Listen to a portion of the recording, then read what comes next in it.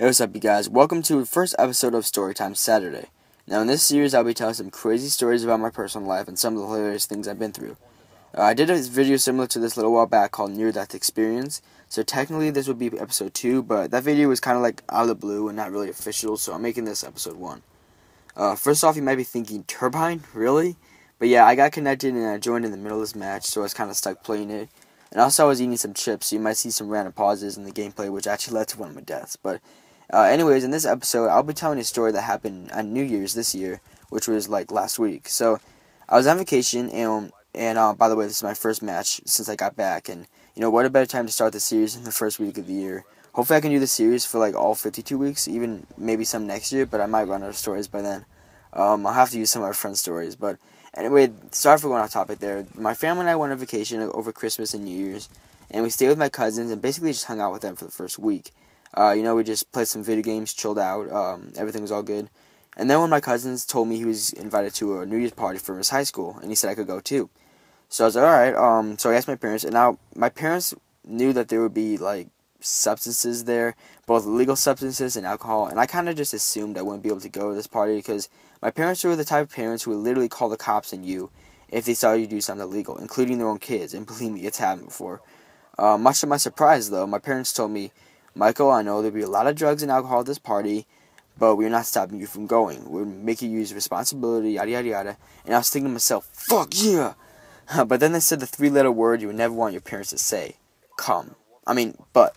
Not ass but, sorry. I don't know where I was going with that, but anyways, they continued and said, although they wouldn't stop me going, they wouldn't bail me out if I got into any kind of trouble. And yeah, you know, I was happy because I was the type of guy who literally smoked about 10 feet away from my parents while they were outside of my bathroom door without them even noticing. And the next day, they would be suspicious, and they would drug test me, and it would come out negative. My sister would keep asking, how do you do that? And I was like, oh, that's my secret. But on the flip side, I'm usually a decent kid, you know. I like to have fun every once in a while, but I know my limits. Like, for example, if a teacher's trying to teach something and tells me to quit goofing off, I respect that and I keep quiet and let them teach. I don't smoke or drink that very often at all. But, you know, when I have the opportunity to do that, sure, I'll take a hit or two. But anyways, I was in the car with my cousin and his sister, her boyfriend, and my sister, and we were driving to a party.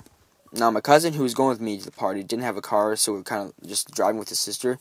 So she dropped us off at our party, while she, along with her boyfriend and my sister, drove to theirs down the road.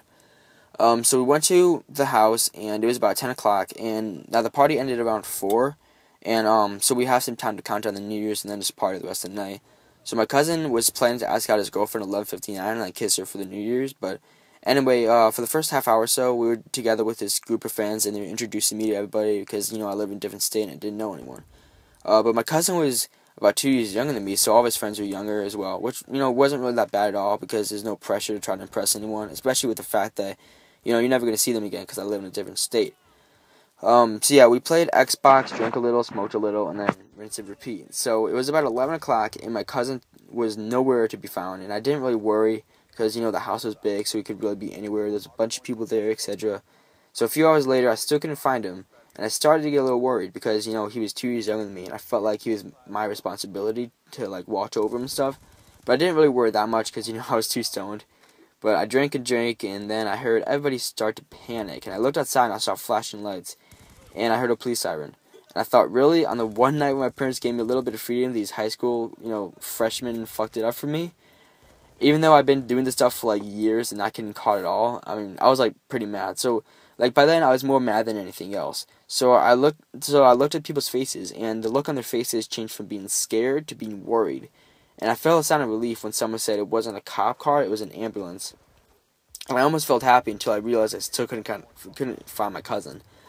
So I went outside, and sure enough, there he was, passed out on the lawn with the paramedics around him.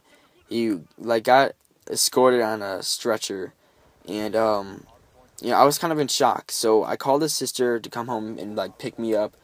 And, by the way, she knew she was driving, so she was completely sober, you know, responsible. And so they took my cousin to the hospital, and he had severe alcohol poisoning. Considering the fact he's only 14, yeah, that's pretty severe. So he went to court earlier this week, by the way, and, you know, he even forgot to ask his girlfriend out.